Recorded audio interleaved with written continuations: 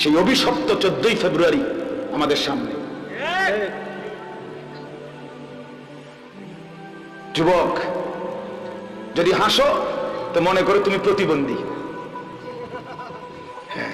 হ্যাঁ, ফরমানির পরেও যে যুবক হাসে মনে করবেন সে প্রতিবন্ধী, অসুস্থ। কারণ গুনাহ তার গায়ে কোনো আসরই করে না, তার কলিজার মধ্যে কোনো নড়ে চড়ে না। এজন্য মুসলমান, 14ই ফেব্রুয়ারি নামে আমাদের কোনো দিবস নেই। ভালোবাসার কোনো আলাদা দিবস হয় না, ভালোবাসার কোনো দিন হয় না। আমি মাকে ভালোবাসি প্রতিদিন, আমি বাবাকে ভালোবাসি প্রতিদিন, আমি আমার স্ত্রীকে ভালোবাসি প্রতিদিন, আমি আমার ছেলে মেয়েকে ভালোবাসি প্রতিদিন, আমি আমার উস্তাদকে ভালোবাসি প্রতিদিন, আমি আমার বন্ধুদেরকেও ভালোবাসি প্রতিদিন, আমি আমার নামাজি বন্ধুদেরকে পছন্দ করি প্রতিদিন। আলাদা দিন ভালোবাসবো কেন? মা আমার 14ই ফেব্রুয়ারি না সব দিন, স্ত্রী আমার 14ই ফেব্রুয়ারি নাকি সব দিন? বোঝাই যায় বিশ্ব ভালোবাসা দিবস আলাদা।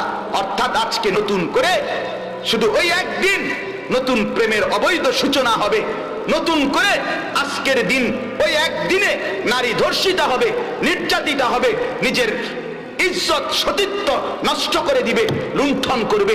এই জিনা, এই ব্যভিচার, এই অসভ্য, এই কুত্তার জিন্দেগির জন্য এই 14 ফেব্রুয়ারি। কুত্তার ভালোবাসা হইতে পারে, কোন মানুষের ভালোবাসা হইতে পারে না, জানোয়ার হইতে পারে। সাবধান মুসলমান, একজন যুবক যদি মুসলমানের বাচ্চা হও, মনে রাখবা আমার অনুরোধ, 14ই ফেব্রুয়ারি নামে কোনো ভালোবাসা দিবস নাই, ঠিক কিনা বলেন? আলাদা কোনো দিবস নাই আমাদের। মুমিনের ভালোবাসা কয়দিন? প্রতিদিন। আল্লাহকে ভালোবাসি কয়দিন? রাসূলুল্লাহ সাল্লাল্লাহু আলাইহি সাল্লামকে ভালোবাসি কয়দিন?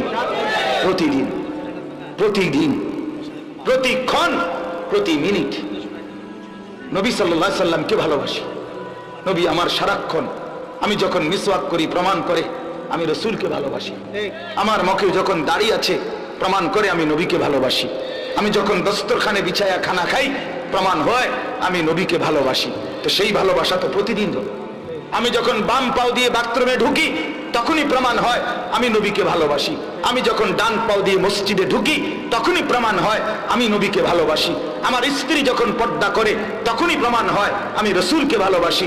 আমার ঘরে যখন টেলিভিশন চলে না তখনই প্রমাণ হয় আমি রাসূলকে ভালোবাসি। সেটা প্রতিদিন, সারাক্ষণ, সারাক্ষণ, কদম কদম, নকশে কদম।